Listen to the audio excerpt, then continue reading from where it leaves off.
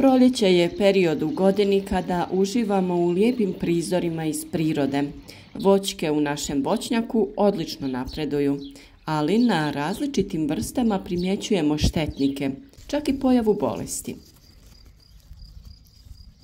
Jako je bitno sada reagirati i pomoći biljkama da se oslobode štetnika koji oštećuju biljke i usporavaju njihov rast.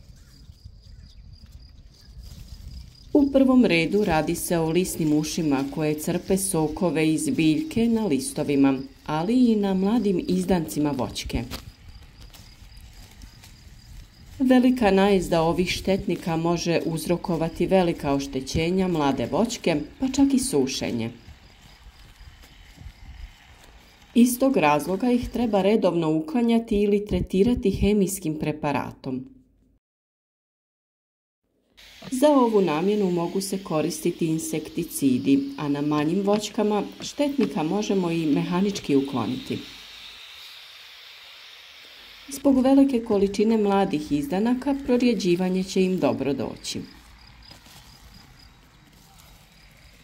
Zelena rezidba je bitna da bi se smanjila potreba za klasičnom zimskom rezidbom, ali prvenstveno je provodimo iz razloga da prorjedimo krošnju voćke. To je bitno da bi smanjili mogućnost pojave bolesti, ali i štetnika. Gusta krošnja sprječava protok zraka i omogućava zadržavanje vlage u unutrašnjosti krošnje, a to su pogodni uslovi za pojavu gljivičnih oboljenja. Pored toga, gusta krošnja predstavlja i skrovište za razne insekte koje ptice i drugi predatori tada teže otkrivaju i uništavaju. Zelenom rezidbom voćke ukloniti ćemo mlade grane koje su u nepovoljnom položaju. Ovaj postupak vršimo nekoliko puta sve do ljetnog perioda. U ovom sada periodu ukloniti ćemo i mlade izdanke koji rastu iz zemlje oko voćke, jer nam nisu potrebni. Kod lješnjaka se posebno treba obratiti pažnja na mlade izdanke jer ih niče veći broj i najčešće nisu potrebni, pa je sada idealno vrijeme da ih uklonimo. Na voćkama koje su kalemljene potrebno je ukloniti izdanke koji rastu ispod mjesta kalemljenja, kao na primjer izdanci na ovom orahu. Ovdje se može vidjeti koliko je kalemljenje bitno za brže plodonošenje.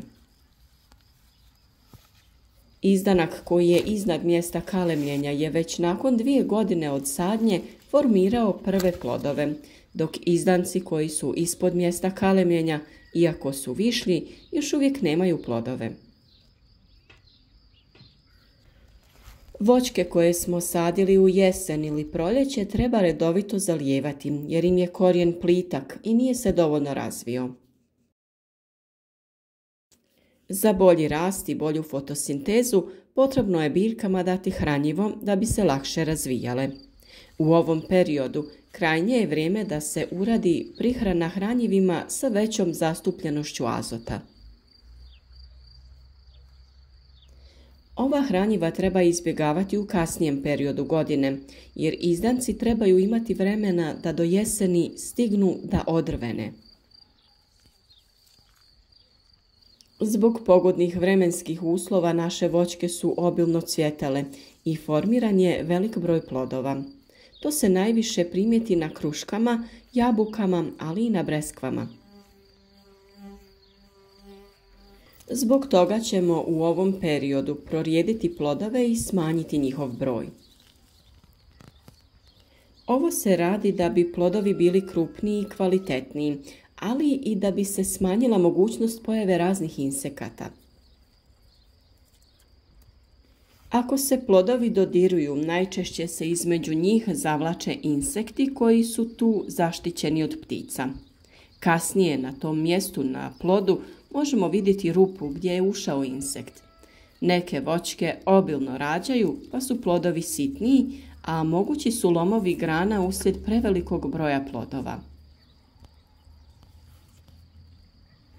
I na ovoj breskvi ćemo prorijediti plodove na način da ćemo neke odstraniti, odnosno napraviti razmak između plodova. Kako bi držali pod kontrolom različite štetnike i pratili njihovu prisutnost na različitim lokacijama u voćnjaku, objesiti ćemo ljepljive ploče. Na njima ćemo pratiti prisutnost štetnika, ali i smanjiti njihov broj. Često u voćnjacima dolazi do šteta zbog većeg broja ptica koje mogu umanjiti ili čak uništiti berbu. Većinom se tu radi o bobičastom voću i vinovoj lozi. Raznim predmetima koji će strašiti ptice, tjerati ćemo ih dalje od naših biljaka, a ako je potrebno, može se postaviti i zaštitna mreža. Na breskvama i nektarinama često se može uočiti pojava kovrčavosti lista koji treba uklanjati, a za lakši oporavak i formiranje novog lista potrebno je voćke prihraniti gnojivima na bazi azota.